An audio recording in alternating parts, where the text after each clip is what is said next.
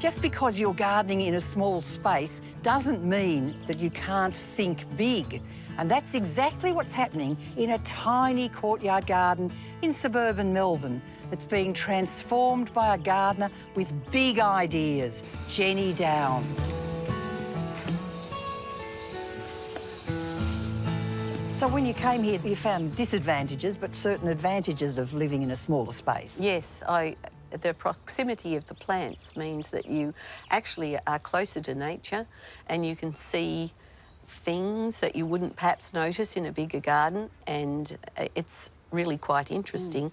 It is frustrating, though, that you have to limit your garden palette in terms of the size of the plants, but I find it creative to use them in another way, to try and create a rainforest sort of effect. If you can use plants to do a job like that, it's wonderful. This area, I wanted to have a separate decking area, but I also wanted to have a destination to go to. So what you see isn't necessarily all there is. I wanted to be able to walk into the garden and have a bit of an adventure as well. I wanted it to be thick and dense. Also, I wanted to block a few ugly views as well. So that's what the crepe myrtle's the crepe myrtle. It loses its leaves, but the camellias that have been freed up and are growing up, they'll cover that space for me. Well, and at the back there, the whole way round, have you got camellia hedge? Yes, I wanted a little forest. And of course, this beautiful maple tree. Yes, that's really one of the features. I just love that dissection. It's so beautiful. It's really, I think it's one of the most attractive Japanese maples because it's got such a lacy, beautiful foliage. It's just gorgeous.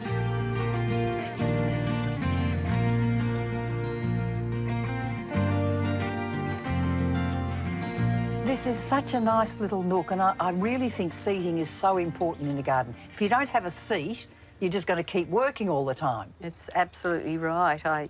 We often come out here, have a coffee, read a book, just watch the birds. But you've cunningly created this little area because it's not just a seating area, it's your clothesline. It is. It's a fixed object. I couldn't hang it anywhere else. There wasn't enough room. So I thought, well, how do I disguise it? So there's a cover over it. I can still dry my clothes. But also your plants. I like what you've got. You've got the Hoyas hanging up. Yes, I've had to use plants which are light in their pots because otherwise I wouldn't want the weight of it pulling down the side of the washing line. So Hoya's a good plant for that. And also by using something like that, you can disguise the washing line itself.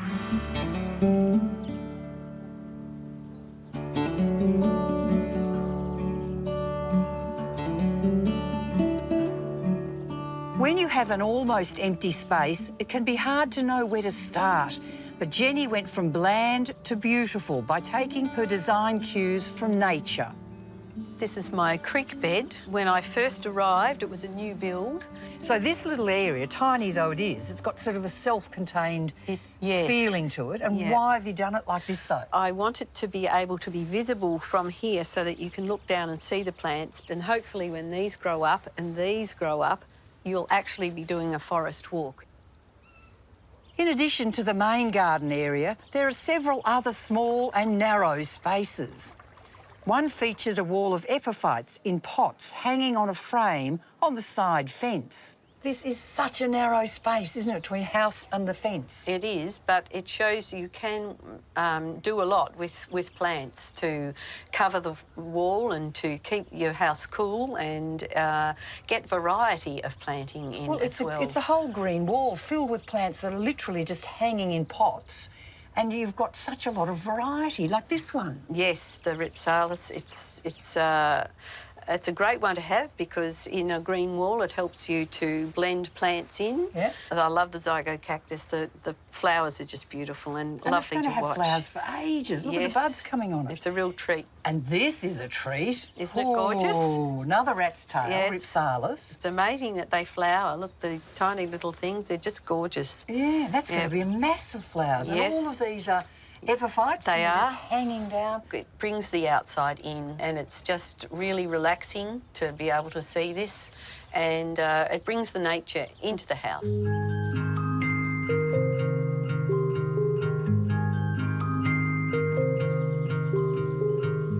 Another, Jenny calls the bayou because of the old man's beard dangling over a seating area. On the far side of the unit, Jenny has squeezed even more plants into a very narrow walkway.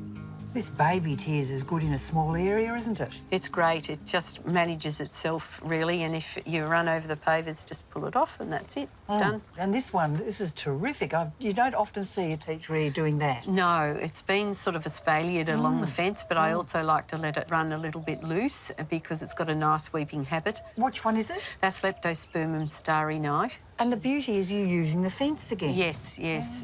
You have to because it's such a narrow space and you've got to manage the plants in a way that they're probably not growing the way they would, but you can make them do different things. Jenny shows that you don't need to be limited by a small space, but instead use it as an inspiration to bigger and better things. It doesn't matter how small your space is, your garden is whatever your imagination desires. It's just, if you want it, you can do it.